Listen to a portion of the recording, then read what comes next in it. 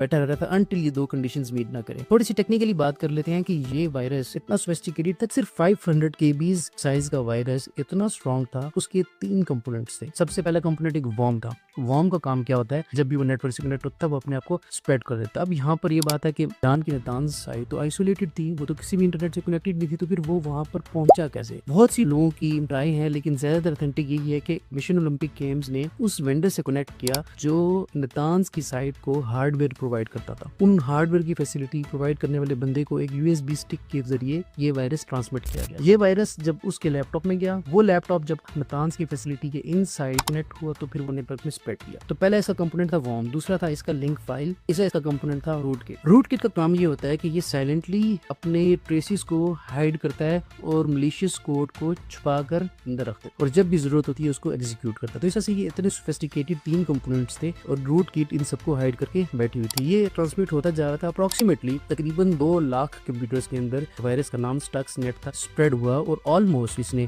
1/5 of the centrifugal devices या centrifugal plants को इसने डिस्ट्रॉय किया। ये काम किस तरह करता था, फर्ज कर लें कि आपके पास एक कंप्यूटर है जहाँ पर कुछ रिपोर्टिंग चल रही है और वहाँ पर सेंट्रीफ्यूगल मशीन्स जो यूरेनियम की एनरिचमेंट में लगी हुई हैं। अब होता क्या था कि जहाँ से कमांड जाती थी, इतनी रेवोल्यूशन आरपीएम रेवोल्यूशन पर मिनट से सेंट्रीफ्यूगल डिवाइस को स्पिन करना है, और नातांज की साइड पे रिपोर्ट आती थी ये सेंट्रीफ्यूगल डिवाइस इतनी रोटेशन से स्पिन कर रही है और सब कुछ ठीक है। इस वायरस ने क्या किया कि इसने पहले सेंट्रीफ्यूगल की स्पीड को 15 मिनट के लिए हाई किया, फर्स्ट टाइम जब इसे इन्फेक्ट किया। फिर 27 दिन के लिए साइलेंट हो जाता, फिर 27 दिन के बाद ये उसकी स्पीड को कम कर देता। तो इस हाई और कम स्पीड होने से सेंट्रीफ्यूगल डिवाइस का एटमॉस्फेरिक इनसाइड प्रेशर था वो उसकी वॉल्स को प्रेस करता गया और आखिर में कुछ सेंट्रीफ्यूगल डिवाइसेस थी वो एक्सप्लोड होना स्टार्ट हो गई। कहा जाता है कि 1000 के नजदीक सेंट्रीफ्यूगल डिवाइसेस जिनके अंदर यूरेनियम की एनरिचमेंट हो रही थी वो एक्सप्लोड कर गई थी, और ये एक बहुत बड़ा नुकसान था जिसने ईरान को तकरीबन 5 साल पीछे की तरफ धकेल दिया। लेकिन मजे की बात है, ना तो अमेरिका ने ना तो इजराइल ने ओपनली एडमिट किया है कि ये स्टक्सनेट हमने डिजाइन किया, बट कुछ ऐसे क्लूज हैं प्रूव करते हैं कि ये उन्हीं का डिजाइन है। जिसमें मिसाल के तौर पर जब उनसे क्वेश्चंस किए गए तो उनकी स्माइल, बाय द वे ये फाइंड किया था फर्स्ट टाइम रशियन के सिक्योरिटी कंपनी से ये डिटेक्ट किया था और इस पे काम स्टार्ट किया था। तो इसके कोड के अंदर जो कीवर्ड्स थे, उन जब कीवर्ड्स को डिक्रिप्ट किया गया तो वो